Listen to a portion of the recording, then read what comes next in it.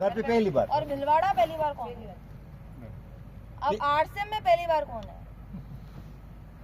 और नई ज्वाइनिंग कितनी है? नए नए लोग जो आरसीएम में अभी अभी ज्वाइन हुए, नवा ज्वाइन 6 किया हुआ महीने में, 6 महीने पहले। 6 साल हो गए। देखो आपका यहाँ पे आने का मतलब क्या है भाई? आरसीएम बड़ी कंपनी है, ये सारी चीजें तो आपको वहाँ पे भी बता दी थी। पर जब तक आप देखते नहीं हो ना, तब तक आपको चीजों के ऊपर भरोसा नहीं आता है। पापा कई बार मीटिंग में हाथी का जिक्र करते हैं कि हाथी, एक तो पापा एक बार बोलते हैं कि देखो है ना, मैं जब राजकोट आ रहा था तो मैंने है ना इस गार्डन से भी लंबा एक हाथी देखा। तो आप लोग भरोसा नहीं करते हो? करते हो भरोसा? नहीं करोगे कि इस गार्डन से भी बड़ा कोई हाथी होता है क्या? इतना बड़ा कोई हाथी होता है क्या? पर अगर आपको बस में बैठा दिया जाए और फिर वो हाथी दिखा दिया जाए तो आप क्या बोलोगे? हाथी होता है। इसका मतलब देखने से फर्क पड़ता है। आपने अगर देख लिया तो आपको समझ में आ गया। जैसे आपकी अपलाइन यहाँ पे आपको लेके आ गई और उन्होंने आपको बता दिया कि आरसीएम बड़ा है, तो आप बोल रहे हो हाँ भाई आरसीएम बड़ा है। अगर आपको उन लोगों ने बता दिया वहाँ पे राजकोट में कि इससे जिंदगी बन जाती है और आप यहाँ पे आ गए और ये घर देख लिया, तो आपको समझ में आ गया कि भाई जिंदगी बन जाती है। आपको ये सब क्यों समझ में आया? क्योंकि आपको दिखा दिया। दूसरे लोगों को कैसे समझ में आएगा? हाथी दिखाना पड़ेगा। आप जब दिखाओगे तब समझ में आएगा। आप थ्योरी में बात करने लग जाओगे, अरे यार आरसीएम से ये हो जाता है, आरसीएम से वो हो जाता है। वो 6 महीने आपको बोलेगा हाँ मैं समझ गया, पर फिर वो आपका साथ छोड़ के जाएगा क्योंकि आपने उसको दिखाया नहीं। दिखाने का सबसे बड़ा काम है। सबसे पहले जब लोगों के पास जाते हो, जब लोगों से बात करना चालू करते हो, तो उनको पॉजिटिव रखने के लिए सबसे ज्यादा जरूरी है दिखाना और महसूस करवाना। उनके ख्वाबों को जिंदा रखना। जो ड्रीम्स उन्होंने देखे हैं ना, उनको जिंदा रखना। और ये जिंदा रखते कैसे? यहाँ पे लाओ, भिलवाड़ा में लाओ, अकेडमी में लाओ। अकेडमी में देखोगे, जब पता चलेगा कि कंपनी कितनी बड़ी, कंपनी के कितने बड़े बड़े विजन है, कंपनी का फ्यूचर क्या है। अरे भाई कंपनी कितना आगे सोच रही है, हम तो इतना सोचते हैं, और कंपनी इतने सारे लाखों डिस्ट्रीब्यूटर्स के लिए, करोड़ों डिस्ट्रीब्यूटर्स के लिए इतना ज्यादा सोचती है, इतना बड़ा सोचती है, और फ्यूचर प्लान इतने सारे हैं। तो ये दिखाने से होगा। मेरी मदर भी आ गई है, रेखा कोठारी। देखिए इनका परिचय तो वैसे जरूरी नहीं है। जरूरी है नहीं, परिचय आम जरूरी नहीं है। रुक जाओ। महिला सशक्तिकरण की कितनी बातें होती है ना? रुक जाओ मम्मी, इधर ही आ जाओ। महिला सशक्तिकरण के बारे में आज कोई भी डायरेक्ट सेलिंग कंपनी उस तरह से बात नहीं करी जिस लेवल पे हमारा आरसीएम काम कर रहा है। और महिला सशक्तिकरण जब कोई चीज भी नहीं होती थी, जब उसके बारे में कोई बात भी नहीं करता था, तब मेरी मम्मी सबसे बड़ा एग्जाम्पल थी आरसीएम। आज मुकेश कोठारी जो कुछ भी है, मेरी माता के बगैर कुछ भी नहीं।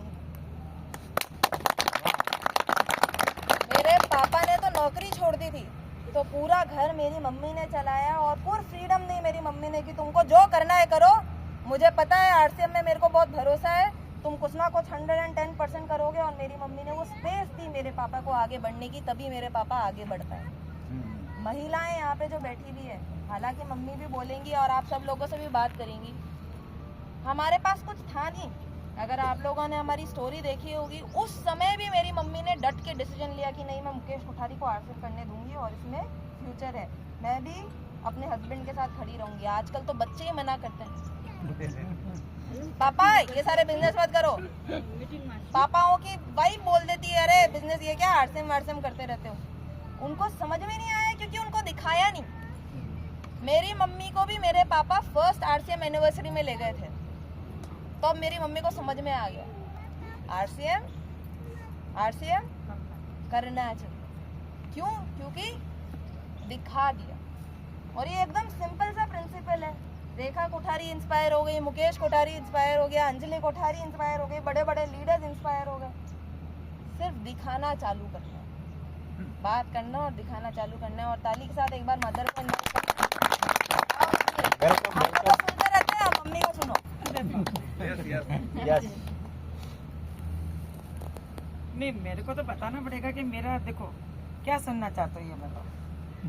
स्टोरी भी है, ये जर्नी भी है, बच्चे की इंस्पायरिंग भी है। स्टार्टअप की जो स्टोरी है ना, आपकी जो शुरुआत की, वो स्टोरी थोड़ा दिखाओ। और ये हमारे जो डिस्ट्रीब्यूटर है उसको प्रभावित के लिए एक देखो, स्टोरी मेरे को अब समझ में आया है, यस। जो चीज़ आपने बताई मेरे Yes. को जो समझ में आया कि कैसे हम आगे बढ़े, हाँ, वो yes. एक तरीका बताओ। यस यस कैसे हम आगे बढ़े।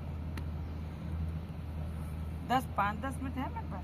यस हाँ, यस yes, यस yes. 10-5 देखो, ये जर्नी शुरू होती है कि मैं शुरू से ही मेरी लाइफस्टाइल मेरे फादर ने बहुत फ्रीडम में पाली। उस ज़माने में जब लड़कियों को अंदर रखा जाता था, तो मैं आज के 30 साल पहले भी 3,000 रुपये कमाते थे। बताना इसलिए ज़रूरी है क्योंकि उस समय 3,000 की वैल्यू, आज 1 लाख की वैल्यू शायद मेरे हिसाब से लगभग बराबर है। बराबर है। तो मैंने शादी भी करी तो लड़का भी ऐसा ढूंढा कि हाँ मेरे लमसम कमा लेते हैं इसके पापा। तो यही सोच के शादी करी कि वहाँ घर बार चल जाएगा, अच्छा बच्चे अच्छे से पल जाएंगे। यस। उस समय वो 3,000 इतने ज़्यादा लगते थे ना कि ये जो आप वहाँ से लेके ये जो सपना देख रहे हो ना, ये तो सपने में भी नहीं सोचा था कि ऐसा कुछ मेरे साथ हो सकता है। क्योंकि जिस लोकेलिटी में मैं रहती थी ना, ऐसे बंगलों में पीछे सर्वेंट क्वार्टर जो होते हैं ना, ऐसे बंगले हैं यस। कि भाई कोई बस्ती रहे, कोई लोग बाग रहे, वैसे बनाते हैं लोग बाग। उसमें मैं रहती थी एक रूम किचन में, और मेरी बच्ची ये अंजलि हो चुकी थी तब। ये तिलोक जी वे साहब हमेशा से हमारे साथ ही थे, हम इनके साथ थे, इन्हीं की यही जॉब करते थे। तो साहब इन्होंने प्लान लाया कि साहब RCM करूँगा मैं। तो एक चीज़ थी मेरे में, उसका रीज़न बताऊंगी क्यों। क्योंकि मैं क्या, शुरू से मेरे फादर ने मेरे को एक अलग प्रकार की परवरिश दी थी। तो ये तो मुझे पता था कि आदमी चाहे औरत, जब तक मन में कुछ आ गया है वो कुछ करेंगे नहीं, तब तक पता भी कैसे चलेगा कि हम क्या कर रहे हैं, सही और गलत की फ़र्क क्या है हमको नहीं पता। तो मैंने इनको करने दिया, परंतु एक चीज़ है कि मैंने अपने आप को प्रिपेयर रखा कि इन फ्यूचर कभी कुछ हो जाए तो मैं बच्चों के लिए किसके लिए तैयार रह सकूं। ये मैं क्यों बता रही हूँ मेरी बहनों में, आप लोगों के लिए बता रही हूँ कि इसमें महिलाओं का कितना बड़ा रोल होता है। क्योंकि मैं जानती हूँ कि आज शायद वही टर्निंग पॉइंट कि मैंने इनको आगे करने दिया।